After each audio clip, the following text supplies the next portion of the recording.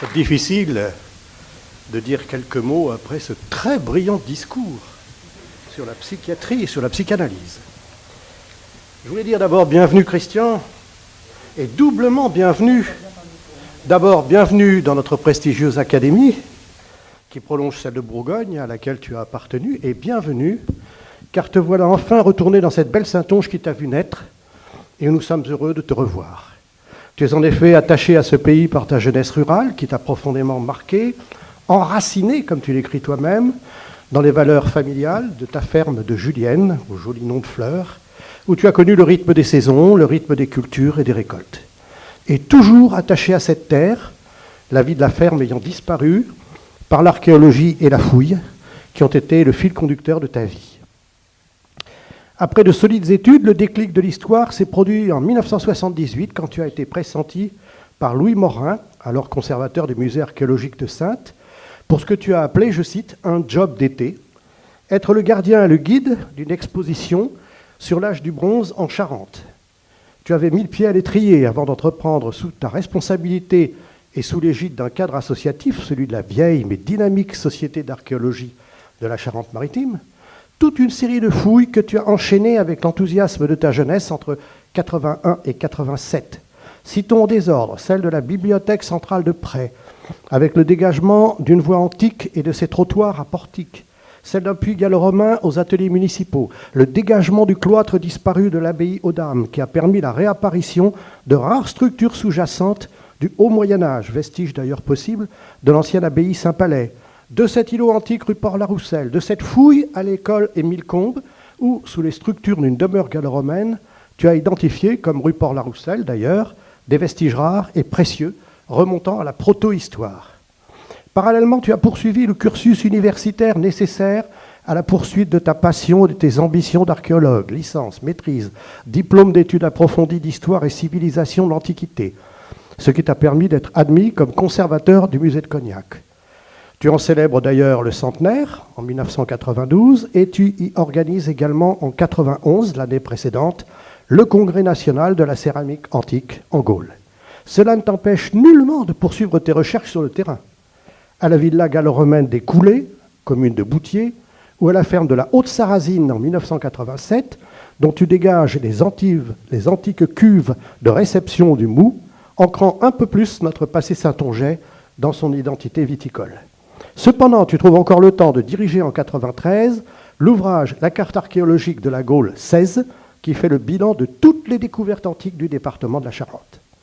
Mais ce qui t'attire surtout, c'est le passé prestigieux de celle qui fut peut-être, on ne le sait pas, la première capitale de l'Aquitaine, la plus que bimillénaire Mediolanum. Tu arrives donc l'année suivante à la tête du musée archéologique de la ville. Infatigable, tu deviens de 1998 à 2002 conservateur départemental du patrimoine de la Charente, dont tu portes l'ambitieux schéma de l'archéologie. Tes centres d'intérêt te poussent également vers notre beau fleuve, à travers la maison des Gabariers de Saint-Simon et le musée Moulin de Fleurac. Dans cette optique, tu mènes à bien avec ton équipe le projet de reconstruction d'une gabarre du XVIIIe siècle, la Renaissance, traditionnel bateau fluvial charentais, mis à l'eau dans l'été 2000. Autre temps, autre cieux, la Charente étant peut-être trop étroite pour toi, ce que je dis sans humeur de Saintongeais, ou peut-être encore attirance viticole, te voilà installé en Bourgogne, à Dijon, pour exercer pendant 15 ans la direction et la conservation du musée archéologique, avec, entre autres, exposé sous les croisées d'ogives du magnifique dortoir de la prestigieuse abbaye Saint-Bénigne, les admirables collections lapidaires antiques et médiévales dont tu reprends la muséographie et la présentation et que mon épouse et moi avons eu le grand plaisir de visiter et de partager avec toi. Ainsi, je l'avoue, qu'une bonne bouteille du cru le soir au restaurant. On n'est pas en Bourgogne pour rien. J'abrège, pour ne pas fatiguer ta modestie, à Dijon encore, ce sont une dizaine d'expositions temporaires, de charges de cours à l'Université de Bourgogne. Parallèlement, outre la participation à la revue archéologique de l'Est, des publications annuelles dans la presse spécialisée d'Archéologia. Et puis, bon sang ne saurait mentir, tu retournes à ton amour des fouilles en effectuant des sondages dans une des salles du musée, directement dans une des salles du musée, ancien chapitre du monastère de Saint-Bénigne.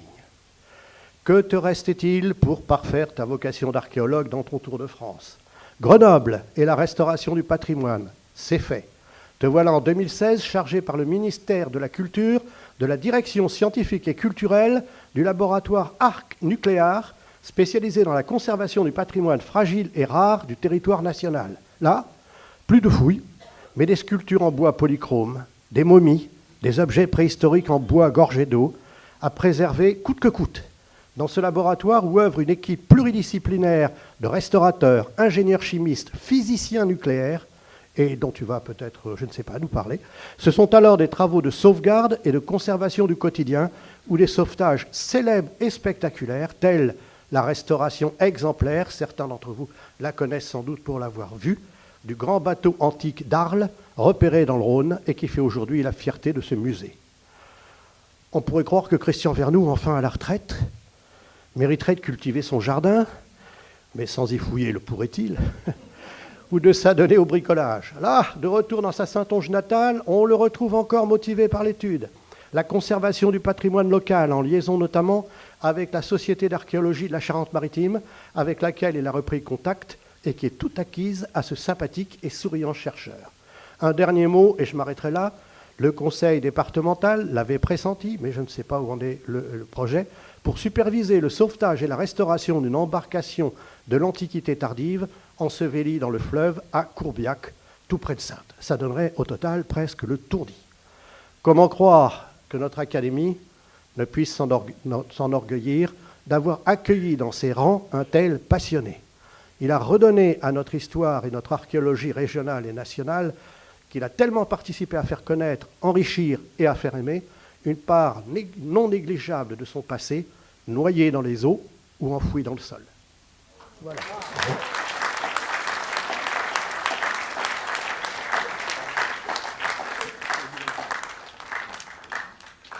Merci beaucoup. Merci beaucoup. Écoutez, ça laisse presque sans voix.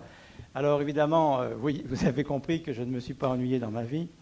Et peut-être que par cette réponse à mon parrain académique, je vais pouvoir vous faire connaître des aspects de ma vie qui sont méconnus, parce que bien sûr, ce qui a dominé, c'est l'histoire et l'archéologie. Et c'est une ligne droite que j'ai suivie depuis quelques décennies.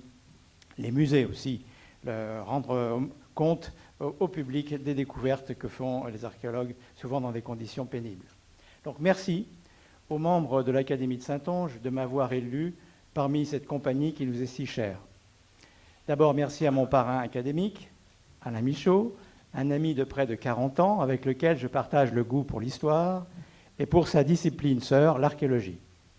Mais aussi ce que l'on imagine moins, celui de la guitare qui nous réunissait parfois autour d'une partition d'Henri Salvador, nous entraînant vers les lointains de Syracuse.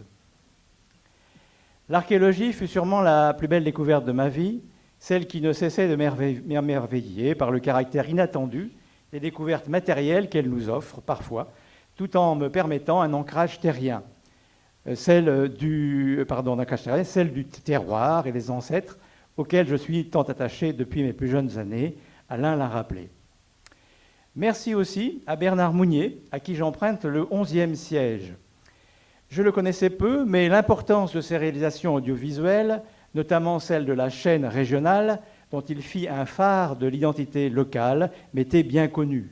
FR3, Limousin, Poitou-Charentes, qui a bercé toute ma jeunesse. Quant à celle de la Maison de la Culture de La Rochelle, qu'il a su constituer à l'incitation de Michel Crépeau, elle épatait mon jeune destin indécis.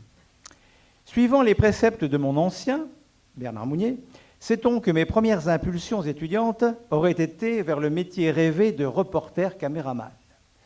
Me voilà en juin 1976 à Talence, postulant à l'entrée de l'IUT de journalisme. J'étais trop jeune, peu expérimenté, il n'y a pas eu de suite. Mais toujours dans l'optique de ce travail, cette ambition vers le métier de reporter caméraman, plus tard, j'envisageais d'accéder à l'école Louis Lumière. Quelle école? Afin de m'initier aux principes audiovisuels. Une conseillère d'éducation du CIO de Cognac me susurra « Faites donc histoire de l'art, ce sera très formateur pour vous. » Top là. Ce fut l'université de Bordeaux 3 où archéologie, histoire de l'art m'attendait. Vous l'avez deviné, je n'ai plus jamais changé de voie. L'archéologie m'a séduit et par l'intermédiaire d'un de mes maîtres, Louis Morin, autre académicien bien apprécié ici, j'allais prendre racine à Saintes, la ville romaine du centre-ouest. Mais Saintes, en 1982, les radios libres à Saintes battaient leur plein. Je me jetais alors à corps perdu dans ce médium nouveau et excitant. La musique était ma seconde passion, celle qui dut ralentir ma progression scolaire au lycée, je l'avoue. Avoir 17 ans dans les années 70, c'était imperceptiblement la passion des groupes rock, le goût des excentricités anglaises. D'ailleurs, l'Angleterre m'ouvrit ses bras en 1975 et j'en fus transformé. À Bordeaux, où mes études se poursuivaient, je découvris les joies d'un groupe de jazz, passant de la guitare à la basse électrique. Puis, une année, ce fut pour moi la découverte de la musique baroque, en intégrant alors l'orchestre universitaire de Bordeaux, où, avec le clavecin, je m'exerçais au continuo. Du Scarlatti et ses envolées perchées à la trompette, que de souvenirs. Étudiants et tous les jeunes qui m'accompagnaient à ce moment-là. Et notre professeur, dont j'ai perdu le nom, hélas, je vous prie de m'excuser. Le second point qui me rapproche de Bernard Mounier est notre attachement profond pour Talmont. Il en fut le maire à compter de 1995, et notre dette est grande envers lui. Sauvegarde du site, mise en valeur du village, création du petit musée. Lorsque nous étions jeunes, nous aimions nous y rendre en moto depuis le Cognacet. Nous laissions nos engins près d'un appentis, et sur les murs d'un espace d'accueil apparaissaient les photographies aériennes de Jacques Dacier, autre académicien auquel il m'est agréable de rendre hommage ici. Les indices de ces prospections révélaient un site exceptionnel qui fut exploré quelques décennies plus tard, le Barzan antique, aidé notamment par le département de la Charente-Maritime. Merci Bernard d'avoir su conserver l'esprit de ce village de Saintonge. C'est bien à Talmont que le slogan départemental ancien se décline le mieux entre terre et mer. Quant à mon parcours professionnel, Alain Michaud en a beaucoup dit, n'insistons pas. Précisons peut-être que mon domaine de prédilection demeure les antiquités nationales, c'est-à-dire les traces de l'homme que l'on rencontre dans l'Hexagone.